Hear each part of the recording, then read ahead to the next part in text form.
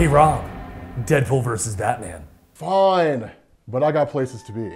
All right, so we're gonna set this in the Batcave because I started this whole argument and I want to put it in the Batcave. Well, I'm down with that because the Batcave's awesome. Like, Deadpool gets to see the costumes and stuff. Right, but Batman, knowing that Deadpool's arriving, is going to be waiting up in the rafters, looking down, scowling.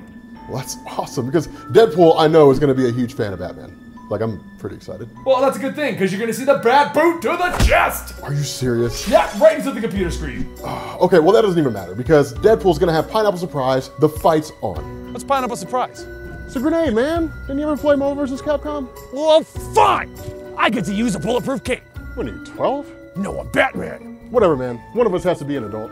We gotta have rules. Okay, fine. Let's use the ultimate versions of the characters. You can't have, like, the best Batman ever. How about the movie versions of the characters? Well, then I get Ryan Reynolds' Deadpool. That's fine. I get Batfleck.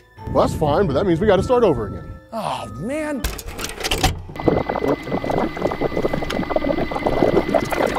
All right, so considering the fact that Batfleck is a resource-based Batman, as we've seen in Batman v Superman, we're gonna go ahead and assume that he has lured Deadpool into an abandoned warehouse where they can settle their differences. All right, I don't know how things work over in Batman land, but here, we call that kidnapping. Lured, kidnapped, it really doesn't matter. Batman throws a couple of smoke pellets down to the ground, then he swings in and starts punching and kicking Deadpool to hopefully, subdue him.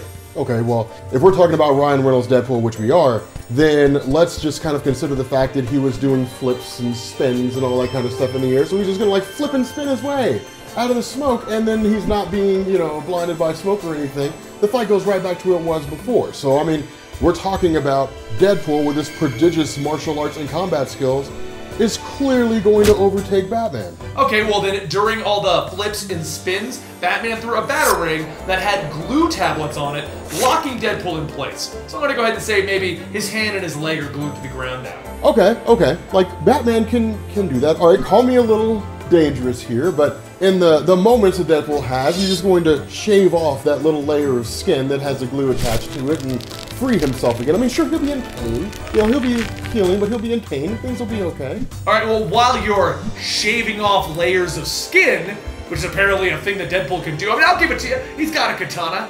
That doesn't matter, because in that time, Batman has thrown, let's say, nets over Deadpool, holding him down even better. Okay, well, Deadpool cuts through the net. You're not making this hard on Deadpool, man. You're making this pretty easy. I thought Batman was the master detective. So far, he's shown no real detective skills. Oh, detective? You want to know what detective work does? Well, Batman has also learned, that Deadpool can regenerate because he's a detective. He did the research required for that, and that's when he pulls out a gun. Batman doesn't use guns. No. There's a precedent for this. So, originally in the 1940s, Batman did use guns to achieve his goals. It was an older comic book, though, so we can say that was ignored later when they decided to be more family-friendly. But this has been used in more recent years. You see, in Arkham Knight, he had a Batmobile that had riot suppression bullets on it, and those bullets were used to shoot at people, but they were like beanbags and stuff like that. But even in more recent stuff, because we're talking about Batfleck used the Batman gun to shoot the parademons, and then when he was fighting the thugs, he went ahead and grabbed their guns shooting other people, and that's how he shot the napalm. At least that's how I remember it. So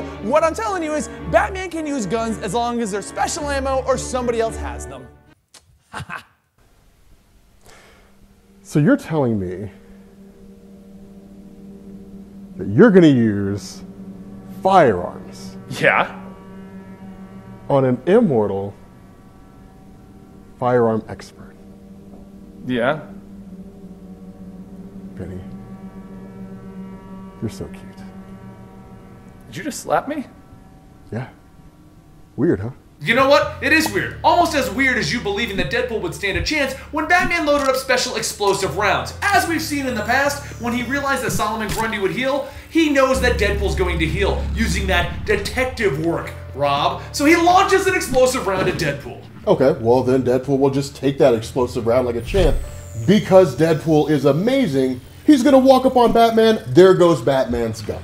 Okay, well, Batman immediately uses the grappling hook to get up into the rafters, where he's responding with multiple styles of batarangs. We've got ones that slice, we got ones that dice. He's probably got one that makes julienne fries. It doesn't matter. He's throwing batarangs left and right while dodging the explosives. You pride yourself on Batman being such a good detective. How could a detective forget that the building is literally wired to blow? So what does Deadpool do? He blows it up. So you're gonna take the whole building down around Batman throwing batarangs. Yep, because Deadpool can live. Well, since Batman is once again a detective and a very resourceful Batman, he was prepared for this potential inevitable explosion since he's done research on Deadpool and knows that, Deadpool just wins his fights with jokes and explosives. So, since he sees it coming, he runs out the back to find his ultimate weapon, the Bat Family. No, dude, you cannot call in the whole Bat Family. Yes, you can. It's one of his principal powers. How's the Bat Family a power? Okay, Batman has 3 powers that are not normal. 1 is money, 2 is the utility belt with the answer to everything, and 3 is the Bat Family. Sure, we haven't seen it with Batfleck yet, but it has been heavily implied. All right, whatever. You can have the Bat Family. Exactly, yeah. Dick Grayson, Barbara Gordon, Jason Todd, Tim Drake. Damien, you forgot Damian Wayne. Dude, nobody cares about Damian Wayne. I get to call in Deadpool's sidekick. Deadpool doesn't have a sidekick. Some people call him sidekick, some people call him partner. I call him Cable.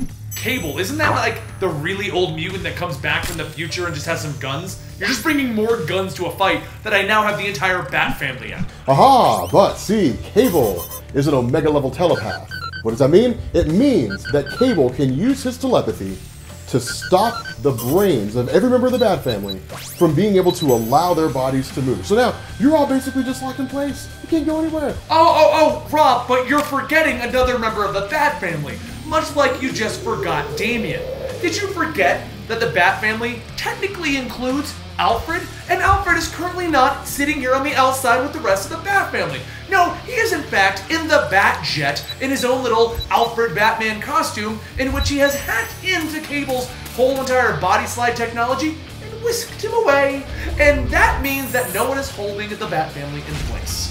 Well, I mean, no. Yeah, because immediately after that, the Bat Family all having grappling hooks and multiple utility belts and tools, they use them all to wrap on every single one of Deadpool's limbs. And keep in mind, my resourceful detective Batman has already done the research that Deadpool won't die no matter how bad the damage. They tear off all of his limbs so that he is now unable to do anything, and they duct tape his mouth shut as they haul him off to his own little Batman Deadpool prepared prison. Well, I mean, like... That's it, Rob! I've won! We've disassembled Deadpool! Suck it, Rob! Man, you're like every Batman fan ever. Na, I won! Oh yeah, Batman's the best! How does that make you feel? You lost to me, because I'm not incredible. So what are we doing here? Like, I don't even know where we've gone. I have a party. A party? I can't wait to go to a party to tell everyone how much better than Deadpool Batman is, because I beat you in the... Yeah, man. I'll be sure to send you an invite.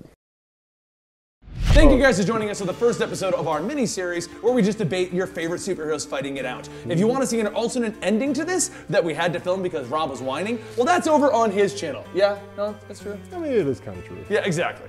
So if you let us know in the comments down below who you think should have won this, because everyone has their own opinions. And don't forget to like and subscribe. Like and subscribe. Like and subscribe. Like and subscribe. Like and subscribe. Like and subscribe.